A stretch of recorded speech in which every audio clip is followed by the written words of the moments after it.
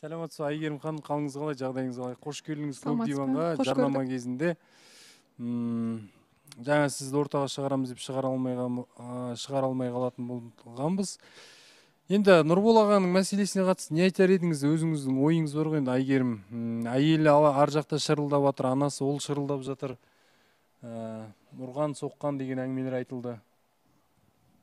Мен білмеймін, енді әркімнің өзінің шындығы бар ғой. Мен көзім жетпеген нәрсені былай деп айтқым келмейді. Енді қиын бәрібір де жаны жарым адамға кішкене көңіліне қарап сөйлеу керек сияқты деп ойлаймын.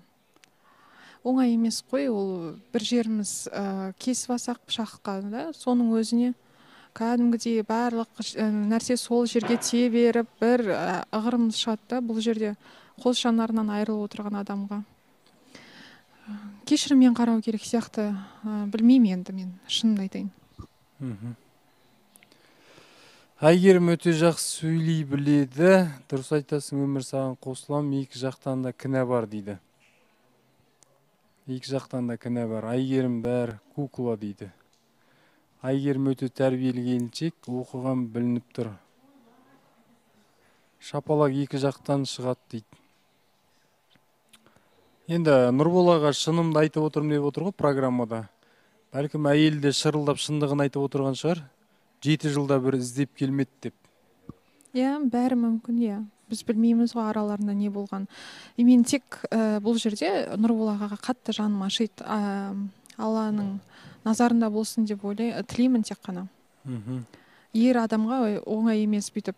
Біз әйел адамдар келе береміз ғой, енді тікелей эфир деген, жылап аламыз жылайтын кезде.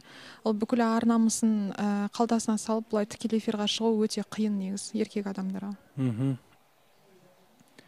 Айгерім өзінше данышпан деген пікір жазылған екен. Бұған жауап бермейсіз бе?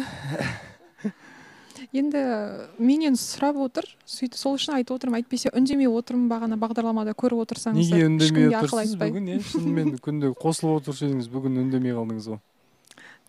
Қорқамын бір нәрсе айтуға, адамның көңіліне қарап сөйлеуге тырысамын негізі жалпы.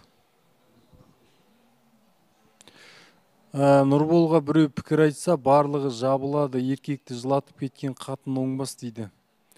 Айгерім сол суықты да шығаратын дейді. Айгерім сол суықты да шығаратын дейді. Емшілік қасиетіңіз бар ма еді суық шығаратын? Айгерім суықты да шығаратын дейді. Жаңағы бір жазып жатыр ғой, барлығы жабылып кетеді деп. Негізі Нұрбол аға қалай бұлай пікір айтады деп ойлаймын. Кейбір кейіпкерлерді қорықпайшы. Қиын ғой ол бұндай адамға өйтіп сондай сөздер айту. Сіз де сондай пікір айтып жүруші едіңіз алдында? Кімге? Абай аға, Айгерім сіңілім жақсы пікірлер айтады. Абай аға мен Айгерім дейді.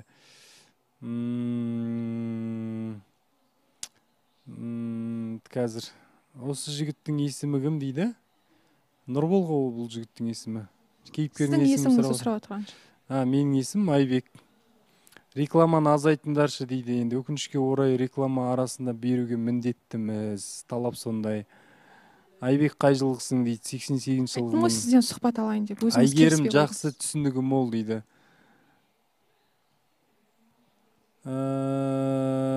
Тегінен тегін адам ажыраспайды дейді.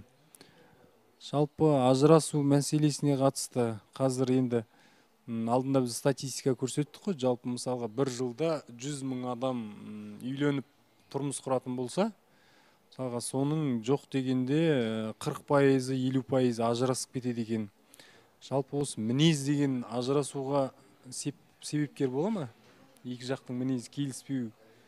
Негізі мен ойлаймын, махаббат ол бір өткінші нәрсе. Махаббат үлкен сыйластыққа ұласу керек деп. Махаббаттың феномені сыйластық болу керек. Бірақ өкінішке орай көп кездерде олай болмай жатады.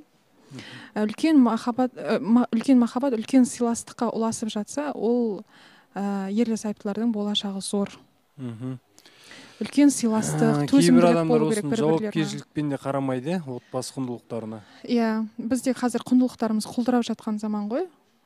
Отбасы құндылығы деген сияқты нәрселер, ұлттық құндылық деген сияқты нәрселер.